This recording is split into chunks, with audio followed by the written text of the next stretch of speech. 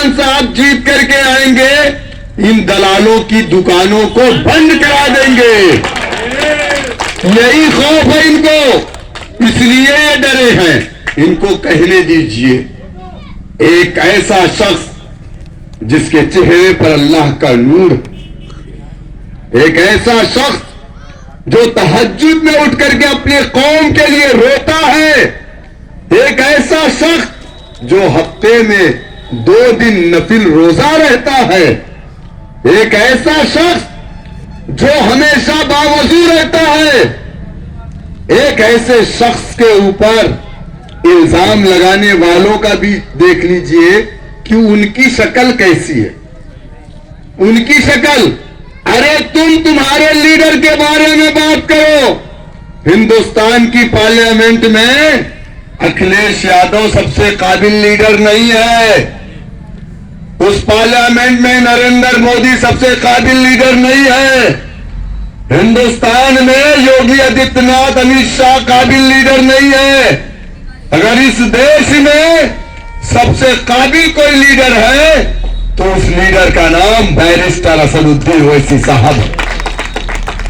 اور اس ودھان سبھا میں جتنے بھی للو پنجو آ رہے چناؤ لڑنے کے لیے, چاہے وہ سماجوادی سے ہو, چاہے بہوجن سماج سے, چاہے کانگریس سے, اور چاہے بھارت جلاؤ پارٹی سے یعنی بھاجپا سے, ان سب میں سب سے قابل کون ہے؟ کون ہے؟ ڈاکٹر عبد المنان. جتنی دیر یہاں بیٹھے ہیں اتنی دیر ان کا نقصان ہو رہا ہے. کیا نقصان ہو رہا ہے؟ اگر اپنے اسپتال میں ہوتے, 10 تو مریض دیکھتے, تو کم سے کم 2000 روپیہ اب تک ان کی پاکٹ میں آتا. اس کا مطلب یہ ہوا کہ ڈاکٹر منان کو پیسے کی نہیں, اپنی قوم کی اور اللہ کے رسول صلی اللہ علیہ وسلم کی امت کی فکر ہے. ڈاکٹر منان کے آگے پیسہ کوئی معنی نہیں ہے. ڈاکٹر منان جانتے ہیں اس بات کو کہ اگر ہم اپنے دین کی, اپنے شریعت کی حفاظت بھی کریں گے تو اس کے لیے بھی ہمیں سیاسی اعتبار سے مضبوط ہونا پڑے گا.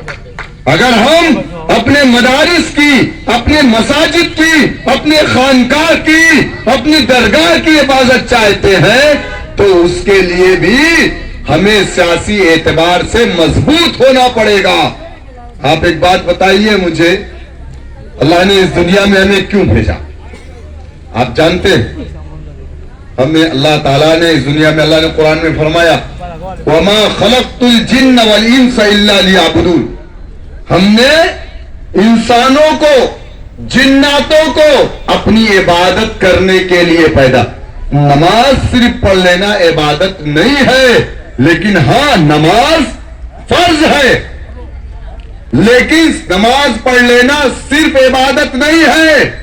نا انصافیوں کے خلاف اگر آپ نہیں بولیں گے تو آپ کی نماز کام نہیں آئے گی. اللہ سبحانہ و تعالیٰ کی عدالت میں آپ کو جواب دینا پڑے گا. آپ بہت نمازی ہیں,